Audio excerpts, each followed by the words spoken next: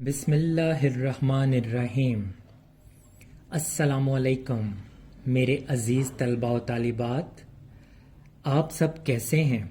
امید ہے آپ اپنے گھروں میں اپنے قیمتی وقت کو کارآمد بنانے کے لیے اردو کلاسز باقاعدگی اور دلچسپی سے لے رہے ہوں گے۔ پچھلے لیکچر میں ہم نے مثالی طالب علم سبق کی مشق کے ساتھ ساتھ خط نمبر 3 اور درخواست نمبر 3 کو تفصیل سے پڑھا۔ آپ کو ہر لیکچر کے ساتھ 20 نمبر کی ایک ورک شیٹ مہیا کی جاتی ہے۔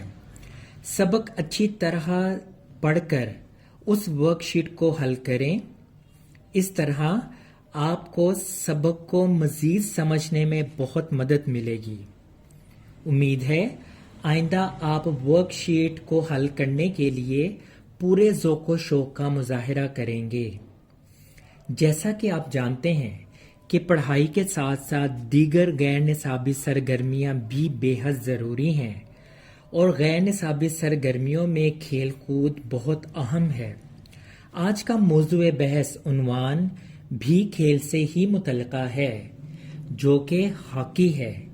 اس کے ساتھ ساتھ آپ اگلے 10 ضرب الامثال بھی پڑھیں گے۔ تو چلتے ہیں پہلے آج کے لیکچر کی طرف۔ سبق ہاکی آپ کے درسی کتاب کے صفحہ نمبر 60 پر موجود ہے۔ ہاکی پاکستان کا قومی کھیل ہے۔ پاکستان نے ہاکی کے میدان میں بہت سے کارنامے سر انجام دیے ہیں، مگر ان دنوں عدم توجہی کے باعث یہ کھیل زوال کا شکار ہے۔ پاکستان کی ہاکی ٹیم نے پاکستان کے لیے بہت سے اعزازات جیتے ہیں، لیکن اب بھی یہ ماضی کا قصہ بن چکے ہیں۔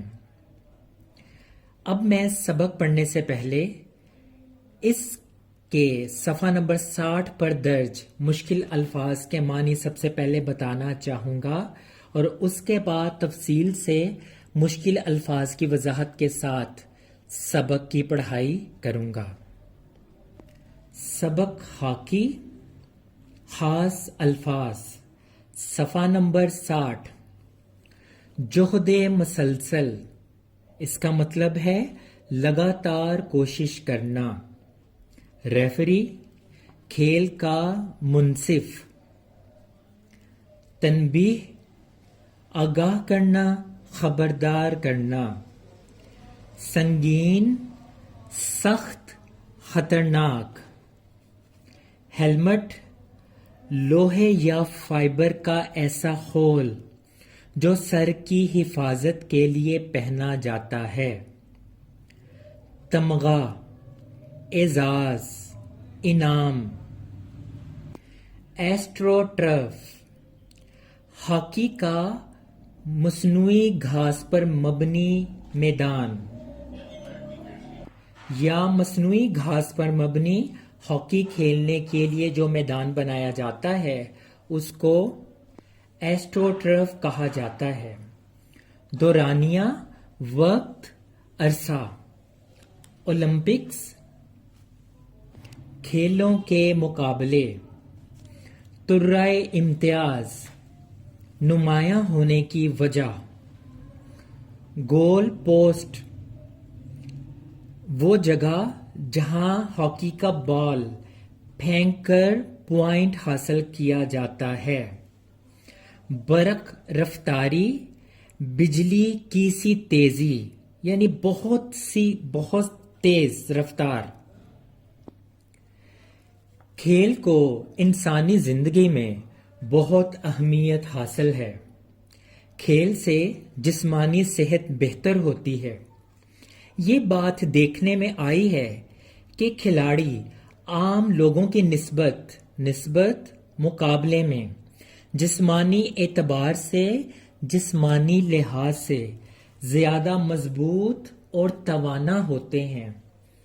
توانا، تندرست۔ جسمانی صحت کے ساتھ ساتھ کھیل اخلاقی تربیت کا بھی ایک مؤثر ذریعہ ہے۔ اخلاقی تربیت، اخلاق کی تعلیم، مؤثر ذریعہ اثر کرنے والا سورس ذریعہ. کھلاڑی کو کھیل کے اصول و ضوابط یعنی قوانین کی پابندی کرنا سکھائی جاتی ہے. ایک کھلاڑی کھیلتا تو جیت کے لیے ہے، مگر جب وہ ہار جاتا ہے تو اپنی ناکامی کو خوش دلی یعنی خوش ہو کر قبول کرتا ہے، اپنی کمزوریوں پر قابو پا کر اگلے مقابلے کے لیے تیار ہو جاتا ہے. یوں کھیل کی وجہ سے ایک کھلاڑی میں فراخ دلی یعنی وہ کھلے دل کا مالک ہو جاتا ہے، بلند حوصلگی یعنی اس کا حوصلہ بلند ہو جاتا ہے، اور جہد مسلسل یعنی مسلسل کوششوں کی صلاحیتیں اس میں پیدا ہو جاتی ہیں. پاکستان میں بہت سے کھیل نہایت دلچسپی اور شوق سے کھیلے جاتے ہیں. ان میں ہاکی ایک ایسا کھیل ہے جسے پاکستان کا قومی کھیل کہا جاتا ہے. اس سے یہ بھی پتہ چلا کہ پاکستان کا قومی کھیل کون سا ہے. تو میرے عزیز طلبہ و طالبات، پاکستان کا قومی کھیل ہاکی ہے.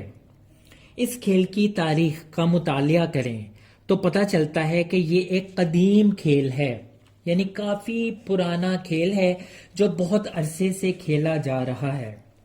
ہاکی کا آغاز ایران سے ہوا، یعنی ایران ملک سے اس کا آغاز ہوتا ہے. ایران سے یورپ میں پہنچا. یورپ میں یہ کھیل سب سے پہلے فرانس میں شروع ہوا، وہاں سے انگلستان پہنچا. 18ویں صدی عیسوی کے آغاز میں انگریزوں نے برے صغیر پاک و ہند میں اسے متعارف کروایا، اس کی پہچان کروائی، اس کو انٹروڈیوس کروایا. دیکھتے ہی دیکھتے قلیل عرصے میں یعنی بہت کم عرصے میں یہ کھیل پورے ملک یعنی برے صغیر میں کھیلا جانے لگا. اب ہاکی سے متعلقہ کچھ اہم معلومات آپ کو دیتے ہیں. ہاکی کا کھیل 1908 میں پہلی بار اولمپکس کا مطلب موجودہ زمانے کے جدید کھیلوں کے مقابلے جہاں کھیلے جاتے ہیں اس کو اولمپکس کہا جاتا ہے. جس ملک نے سب سے پہلے اولمپکس میں طلائی تمغہ جیتا، طلائی تمغہ سونے کا اعزاز، وہ برطانیہ تھا. 1928 میں ہندوستان کی ٹیم نے ہالینڈ کے شہر ایمسٹرڈیم میں کھیلے جانے والے اولمپکس میں پہلی مرتبہ حصہ لیا اور طلائی تمغہ یعنی سونے کا اعزاز جیتا.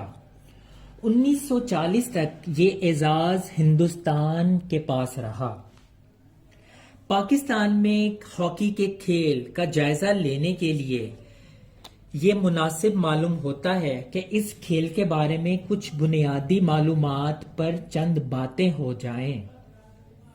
ہاکی کا کھیل 2 ٹیموں کے درمیان ہوتا ہے، یعنی ہاکی کا کھیل 2 ٹیموں کے درمیان ہی کھیلا جاتا ہے.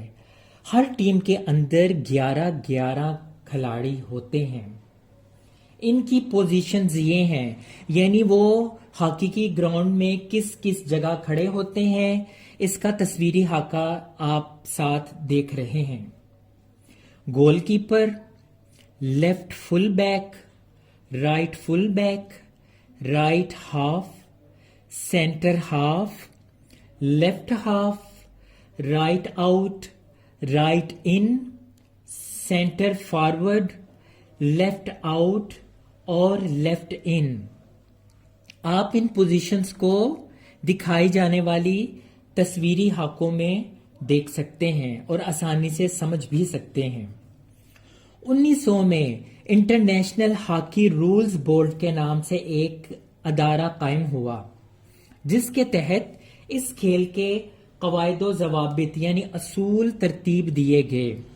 کھیل کی نگرانی 2 ایسے افراد کرتے ہیں، نگرانی دیکھ بھال، جو کھیل کے قواعد و ضوابط یعنی اصول و ضوابط سے پوری طرح واقف ہوتے ہیں، ان کو اچھی طرح سے جانتے ہیں.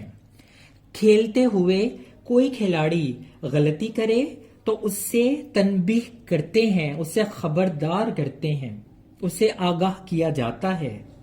اگر کوئی کھلاڑی جان بوجھ کر دوبارہ غلطی کرے یا پھر کوئی بڑی غلطی کرے تو ریفری اسے میچ سے کچھ وقت کے لیے کسی سنگین یعنی خطرناک غلطی کرنے کے نتیجے میں باقی میچ کھیلنے کے لیے کھیل سے باہر نکال دیتے ہیں۔ اب ہاکی کے میدان کی معلومات۔ ہاکی کے میدان کی لمبائی 91.4 میٹر اور چوڑائی 55 میٹر ہوتی ہے۔ میدان کے مختلف حصوں کو سفید رنگ کی پٹیوں سے نمایاں کیا جاتا ہے۔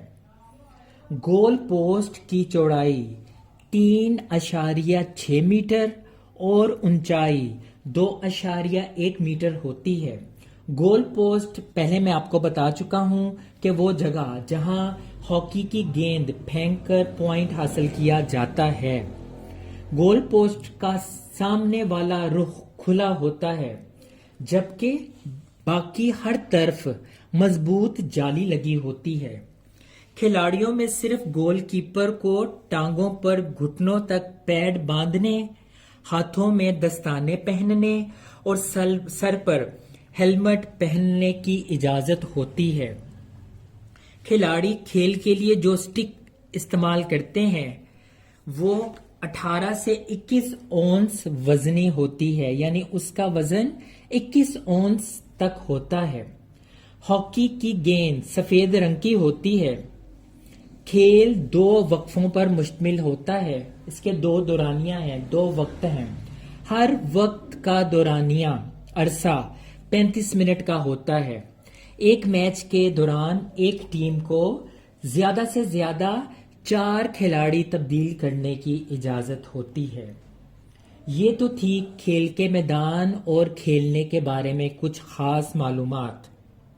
اب بڑھتے ہیں اگلے پیراگراف کی طرف۔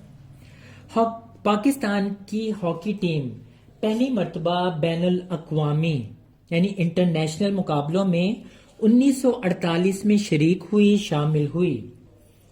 اس کے کپتان علی اقتدار دارا تھے، جن کی تصویر آپ دیکھ سکتے ہیں، جو قیام پاکستان سے پہلے متحدہ ہندوستان کی ہاکی ٹیم کے نامور کھلاڑی تھے۔ نامور مشہور ملک میں پہلی بار قومی ہاکی چیمپئن شپ 1948 میں لاہور میں منعقد ہوئی، کھیلی گئی۔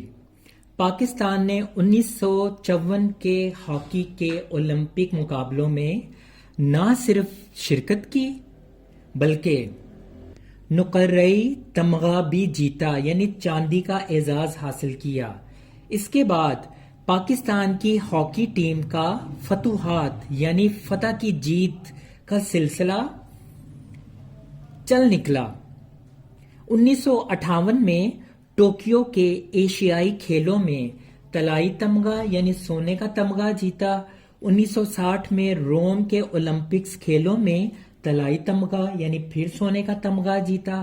1962 کے ایشیائی کھیلوں میں طلائی تمغہ۔ 1968 1984 کے اولمپکس میں طلائی تمغے جیتنے کے اعزازات خاص طور پر قابل ذکر ہیں۔ پاکستان ہاکی فیڈریشن کا قیام 1978 میں عمل میں آیا۔ پاکستان نے ہاکی کے کئی نامور، مشہور اور عظیم بڑے کھلاڑی پیدا کیے جن کی فہرست طویل ہے، مگر ان میں سے جن کھلاڑیوں کو بہت زیادہ شہرت اور مقبولیت حاصل ہوئی ان کے نام یہ ہیں: نصیر بندہ، عاطف حمیدی، منیر ڈار، اصلاح الدین، منور الزمان، منظور جونیئر، رشید جونیئر، سلیم شیروانی، سمیع اللہ، شہناز شیخ، اختر رسول اور حسن سردار کے نام قابل ذکر ہیں۔ پاکستان کے ہاکی سٹائل یعنی جو پاکستان کے ہاکی کھیلنے کا جو انداز ہے اس کو ایشیائی سٹائل انداز کہا جاتا ہے۔ جس میں کھلاڑی ایک دوسرے کو چھوٹے چھوٹے پاس دے کر برق رفتاری یعنی بجلی کی تیزی سے مخالف ٹیم کے کھلاڑیوں کے درمیان سے گیند لے جا کر مخالف ٹیم کے گول پر حملہ آور ہوتے ہیں۔ مخالف ٹیم جو ہمارے مقابلے میں کھیلی جانے والی دوسری ٹیم، حملہ آور ہونا، حملہ کرنا۔ قدرتی گھاس پر ہاکی کے اس انداز کے سامنے یورپ کی ٹیمیں بے بس تھیں، مجبور تھیں، یعنی ان کو یہ قدرتی گھاس پر کھیلنے کی اتنی مشق، اتنی پریکٹس نہیں تھی۔ چنانچہ ایشیائی ہاکی سٹائل کو ناکام بنانے کے لیے یورپ کی ٹیموں نے قواعد و ضوابط یعنی اصولوں میں ترامیم یعنی کچھ تبدیلیاں کروائیں۔ میچ کھیلنے کے لیے قدرتی گھاس کی بجائے مصنوعی گھاس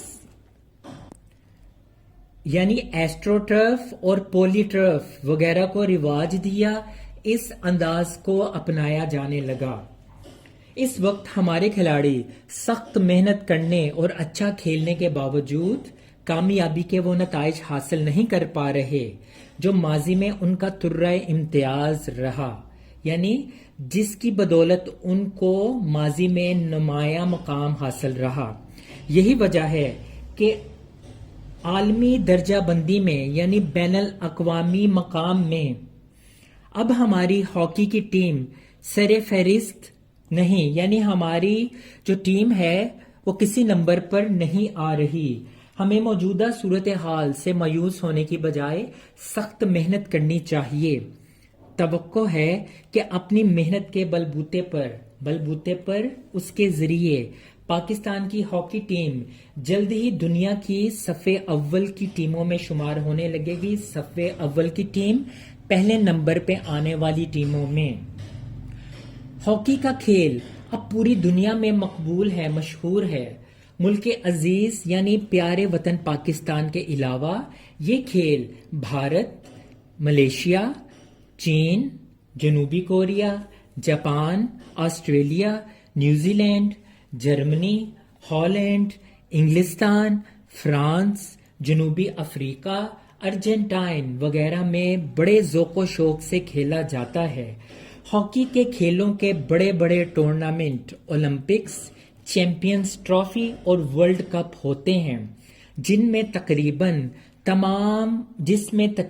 تمام اہم ممالک کی ٹیمیں حصہ لیتی ہیں۔ ماضی کے ان مقابلوں میں پاکستانی ٹیم نے بہت اعلیٰ کارکردگی کا مظاہرہ کیا۔ توقع ہے کہ پاکستانی ٹیم مستقبل قریب میں اپنا کھویا ہوا مقام حاصل کر لے گی اور ماضی کی شاندار کارکردگی کا مظاہرہ کرتے ہوئے اپنی قابل رشک یعنی جس پر ہمیں ناز ہو، جو دیکھی جانے کے قابل ہو، تاریخ کو ایک مرتبہ پھر دہرائے گی، یعنی اس کی یاد کو دوبارہ سے تازہ کر دے گی۔ یہ تھا سبق ہاکی۔ میں امید کرتا ہوں کہ ہاکی سے متعلقہ معلومات کی آپ کو اچھی طرح سے سمجھ آئی ہوگی۔ اب اس سبق کے بعد ضرب الامثال کی طرف آتے ہیں۔ جیسا کہ میں نے پہلے بتایا تھا کہ آپ کے سلیبس میں کل ضرب الامثال کی تعداد 40 ہے۔